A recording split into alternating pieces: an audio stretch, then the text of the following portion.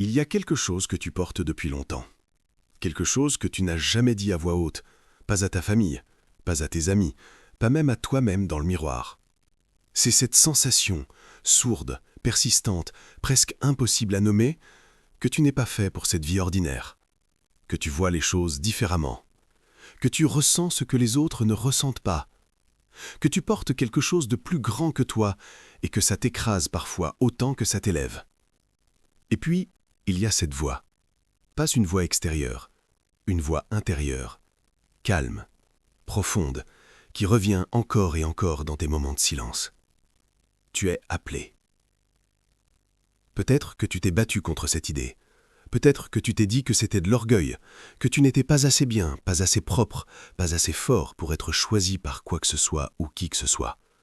Peut-être que tu t'es assis dans le silence et tu as attendu que ça passe. Ça n'est pas passé, n'est-ce pas?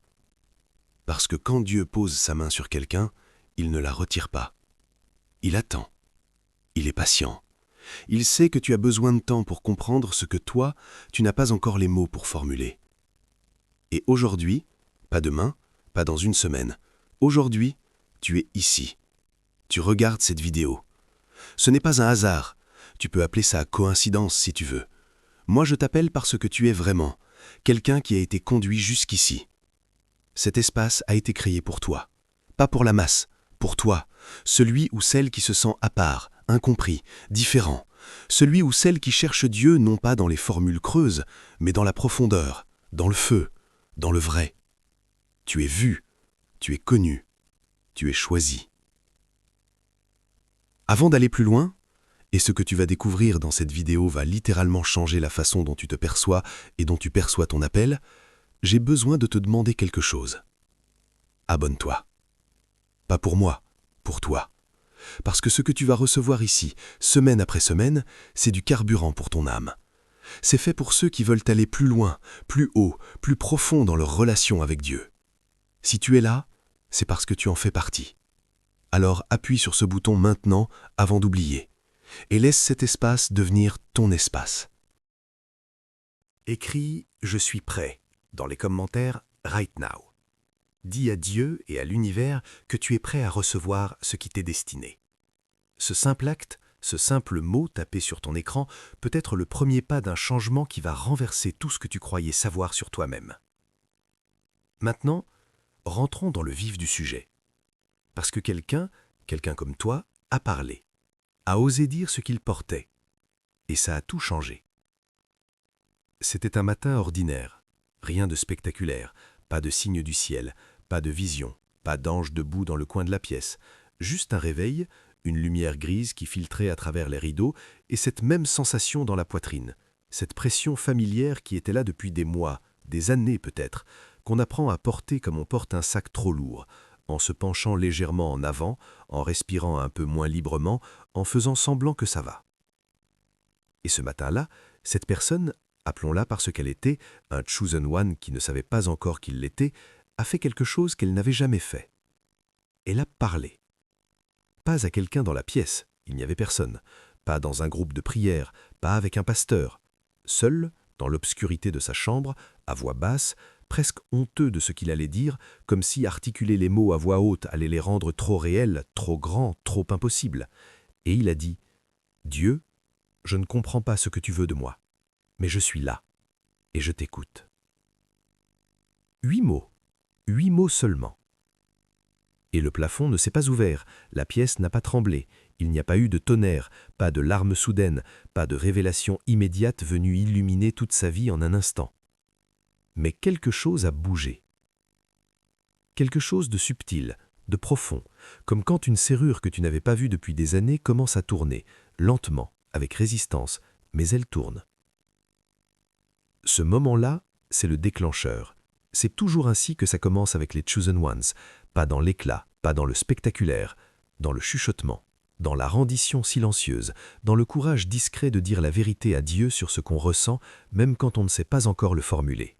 Et ce que cette personne ne savait pas encore, ce que tu ne sais peut-être pas encore toi-même, c'est que ces 8 mots venaient d'activer quelque chose d'ancien, quelque chose d'écrit avant même sa naissance. Parlons de qui tu es, vraiment. Parce que le mot « chosen one », l'élu, peut sembler grandiose, peut sembler réservé aux prophètes des textes anciens, aux personnages de films, aux gens extraordinaires que tu ne te permets même pas de comparer à toi-même. Mais laisse-moi te dire quelque chose. Le chosen one, ce n'est pas quelqu'un qui n'a jamais douté. C'est quelqu'un qui a douté profondément et qui est revenu quand même. Ce n'est pas quelqu'un qui n'a jamais failli. C'est quelqu'un qui a chuté, qui s'est retrouvé par terre, qui a regardé le plafond dans le noir et qui a quand même refusé de rester là. Le chosen one, c'est celui qui ressent les choses plus intensément que les autres. Pas parce qu'il est fragile, mais parce qu'il est câblé différemment. Parce que son âme est accordée sur des fréquences que la plupart des gens ne captent même pas. C'est toi qui as pleuré sans savoir pourquoi, toi qui t'es senti seul dans une pièce pleine de monde, toi qui as cherché quelque chose de plus, quelque chose de vrai, quelque chose qui dépasse les apparences et les performances sociales. Toi qui as senti au fond de toi que ta vie avait un sens et qui ne savais pas encore lequel. Le Chosen One ne se reconnaît pas dans sa gloire. Il se reconnaît dans son manque, dans sa faim, dans cette partie de lui qui ne peut pas s'arrêter de chercher Dieu, même quand il essaye. Est-ce que tu te reconnais là-dedans? Si oui, écris « c'est moi » dans les commentaires. Dis-le, affirme-le. Parce que le reconnaître, l'écrire, c'est déjà une forme de déclaration devant le ciel. Maintenant, parlons de ce que personne ne te dit. Parce qu'on te parle souvent de la bénédiction, de la grâce, de l'onction, du destin. On te dit que tu es appelé et que c'est beau, et que Dieu a un plan merveilleux pour ta vie, et tout ça c'est vrai, mais on ne te dit pas ce que ça coûte. On ne te dit pas que porter un appel, c'est parfois comme porter une flamme dans une tempête. Tu dois te courber pour la protéger, tu dois marcher lentement, tu dois renoncer à courir comme les autres, à avancer comme les autres, à vivre comme les autres, parce que tu portes quelque chose que tu ne peux pas laisser s'éteindre. On ne te dit pas que les Chosen One passent souvent par des saisons de silence radical, des saisons où Dieu semble absent, où les prières semblent rebondir contre le plafond, où tu t'agenouilles et tu ne ressens rien, et tu te demandes si tu t'es trompé sur toi-même, si tout ce que tu croyais recevoir était juste de l'orgueil déguisé en spiritualité. On ne te dit pas que parler, vraiment parler à Dieu, avec honnêteté, avec ta vraie douleur, tes vraies questions, ta vraie colère parfois, c'est l'une des choses les plus terrifiantes qu'un être humain puisse faire. Parce que parler à Dieu pour de vrai, c'est arrêter de jouer un rôle. C'est abandonner la version polie et présentable de toi-même. C'est te présenter nu, sans excuse, sans formule, sans liturgie de protection, et dire « voilà qui je suis, voilà ce que je ressens, est-ce que tu peux encore m'utiliser ?» Et cette question-là, est-ce que tu peux encore m'utiliser, c'est la plus courageuse et la plus terrifiante qu'un Chosen One puisse poser. Parce que tu as peur de la réponse, ou plutôt, tu as peur qu'il n'y ait pas de réponse. Cette tension-là, cette peur-là, cette période où tu es suspendu entre l'appel que tu ressens et le doute qui te ronge, c'est la saison de formation la plus intense qu'un serviteur de Dieu puisse traverser. Et si tu es dans cette saison en ce moment, je veux que tu saches quelque chose. Tu n'es pas abandonné. Tu es en train d'être façonné. Revenons à cette personne, à ce matin-là. Après ces 8 mots, Dieu, je ne comprends pas ce que tu veux de moi, mais je suis là et je t'écoute, quelque chose de bizarre s'est passé. Pas immédiatement, pas dans l'heure, pas ce jour-là, mais dans les jours qui ont suivi, les choses ont commencé à bouger. D'abord de façon presque imperceptible. Une conversation inattendue avec un inconnu qui dit exactement la phrase dont tu avais besoin d'entendre. Un texte biblique que tu lis 100 fois mais qui, ce matin-là, résonne comme si tu le voyais pour la première fois. Une porte qui se ferme et qui sur le moment semble être une catastrophe, mais qui t'oblige à prendre un chemin que tu n'aurais jamais emprunté autrement. Et puis, plus grand, encore plus grand. Une opportunité qui n'avait aucune logique humaine, mais qui se présente au moment précis où tu avais baissé les bras. Une rencontre, une vision dans la prière, un sentiment si fort, si précis, si ancré dans ton ventre que tu ne peux plus l'ignorer. Dieu est en train de faire quelque chose. Le déclic pour les Chosen Ones, ça ne ressemble pas toujours à un miracle spectaculaire, ça ressemble à une réorientation, à un réalignement. Comme si ta vie entière, toutes les douleurs, toutes les erreurs, toutes les saisons sèches, toutes les nuits sans réponse, étaient en train d'être réordonnées autour d'un axe que tu commences seulement à percevoir. Et le déclencheur de tout ça, c'était cette voix, ces mots dits dans le silence, cette reddition. Parler à Dieu honnêtement, c'est le moment où le ciel commence à répondre. Pas parce que tes mots sont parfaits, mais parce qu'ils sont vrais. Et Dieu, le Dieu qui connaît chaque pensée avant qu'elle soit formulée, chaque larme avant qu'elle tombe, ce Dieu-là ne résiste pas à la vérité d'un cœur qui se présente à lui sans masque. Écris 777 dans les commentaires pour briser le sceau sur ta bouche, pour déclarer que toi aussi, tu es prêt à parler à Dieu avec ta vraie voix. Pas la voix performée, pas la voix religieuse, ta voix, brute, réelle, vivante. Je veux m'arrêter ici une seconde. Parce que ce que tu viens de lire, ce que tu viens d'entendre, ce n'est pas juste une histoire, c'est un miroir, c'est ton miroir. Et il y a quelque chose sur ta vie en ce moment que je dois te dire. Il y a un sceau qui a été posé sur ta voix, un sceau de honte, un sceau de doute, un sceau de « qui suis-je pour parler à Dieu comme ça ?»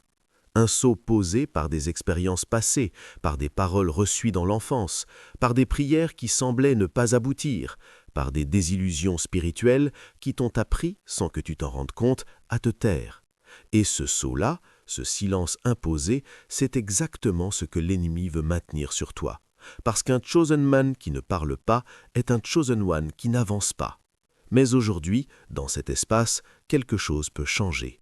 Écris « brise le sceau » dans les commentaires. Dis-le, tape-le, envoie ce signal au ciel que tu refuses de rester silencieux, que tu choisis de te présenter devant Dieu avec ta vraie voix, ta vraie douleur, ta vraie faim. Parce que ce sont les lèvres que Dieu touche, pas les lèvres parfaites, les lèvres courageuses, celles qui tremblent mais qui s'ouvrent quand même, comme Ésaïe dans le temple, comme Jérémie qui disait qu'il ne savait pas parler, comme Moïse qui bégayait. Dieu n'a pas besoin de ta perfection, il a besoin de ton consentement. Alors qu'est-ce qui change concrètement quand un chosen one parle? Tout, mais laisse-moi être précis. Premièrement, ta perception de toi-même change. Quand tu parles à Dieu avec honnêteté, quand tu abandonnes la façade et que tu te présentes tel que tu es, tu reçois quelque chose que rien d'autre ne peut te donner, la certitude d'être vu, pas la version idéalisée de toi, toi. Et l'être vu par Dieu, vraiment vu, connu, accepté, c'est le fondement sur lequel une identité solide peut se construire.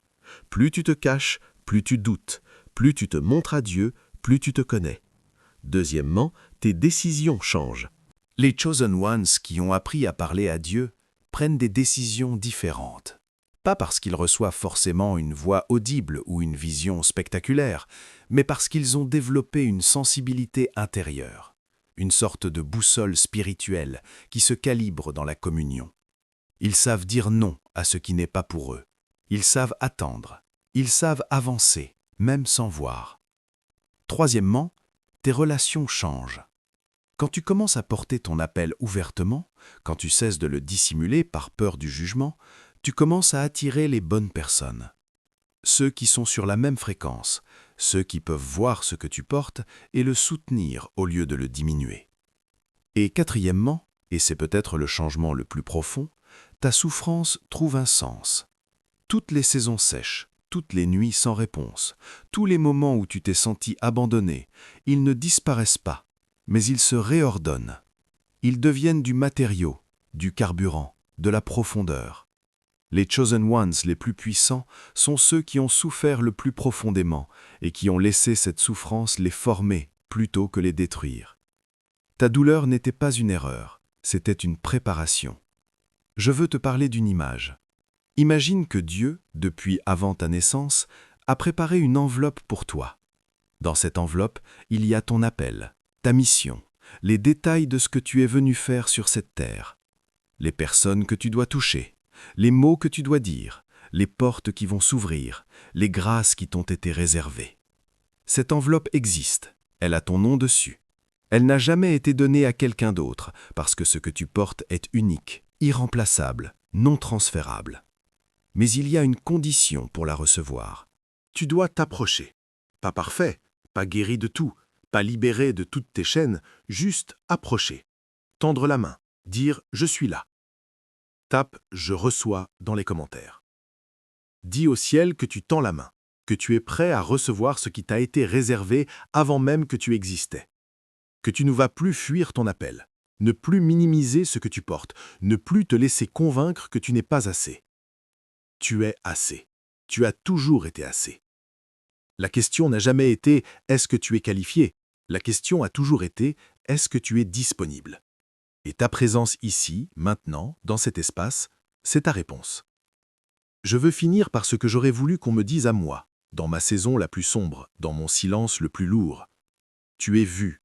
Pas dans le sens vague et confortable où on dit ça pour faire du bien, dans le sens radical, total, absolu du terme. Dieu te voit dans tes doutes, dans tes contradictions, dans les moments où tu n'es pas à la hauteur de l'image que tu essaies de donner, dans les heures où tu te questionnes sur tout, sur lui, sur toi, sur le sens de ce que tu vis. Il te voit et il reste là. Tu es connu. Pas seulement tes forces, tes failles, tes peurs enfouies, les blessures que tu n'as pas encore montrées à un être humain, les désirs que tu n'oses pas formuler parce qu'ils te semblent trop grands ou trop indécents, les rages silencieuses, les deuils non traversés. Il connaît tout ça, et il n'a pas reculé d'1 millimètre. Tu es choisi. Pas parce que tu es parfait, pas parce que tu as le bon background, la bonne éducation, la bonne famille, la bonne réputation. Choisi malgré tout ce que tu crois être une disqualification. Choisi à cause de ta sensibilité, de ta profondeur, de cette faim que tu portes depuis si longtemps. Choisi pour quelque chose que tu n'as pas encore complètement découvert, mais que tu es en train de commencer à apercevoir. Et voilà ce que je veux que tu retiennes de tout ce que tu viens d'entendre. Parler, c'est ton acte de foi le plus puissant. Pas les grandes conférences, pas les longues prières académiques, pas les formules et les rituels, juste ta voix, ta vraie voix qui dit la vérité à celui qui t'a créé, pour qu'elle soit entendue. Parce que le jour où ce Chosen One a parlé, ce matin gris, dans cette chambre silencieuse, avec ses 8 mots maladroits, il n'a pas juste changé sa propre vie, il a commencé à s'aligner sur le plan d'un Dieu qui attendait ce moment depuis l'éternité. Écris « Je parle » dans les commentaires. Déclare-le, maintenant, que ta voix n'appartient plus au silence, qu'elle appartient au Dieu qui t'a appelé. Si cette vidéo a touché quelque chose en toi, si tu t'es reconnu dans une seule phrase, dans un seul moment, dans un seul sentiment, alors ne pars pas sans faire 3 choses. Premièrement, abonne-toi. Cet espace, c'est ton espace. Chaque semaine, on plonge plus profond et tu mérites d'être là pour chaque plongeon. Deuxièmement, partage cette vidéo. Il y a quelqu'un dans ton entourage, un ami, un membre de ta famille, quelqu'un que tu croises, qui porte exactement ce que tu venais de lire, qui se sent à part, incompris, appelé et effrayé à la fois. Envoie-lui cette vidéo. Ce pourrait être le déclic dont il a besoin. Troisièmement, commente « Chosen » en dessous. Affirme ce que tu es, devant le ciel et devant cette communauté de gens qui voient ce que tu vois, qui ressent ce que tu ressens, qui cherchent ce que tu cherches. Tu n'es plus seul. Tu ne l'as jamais vraiment été. À très vite, et d'ici là, parle, parce que le ciel écoute.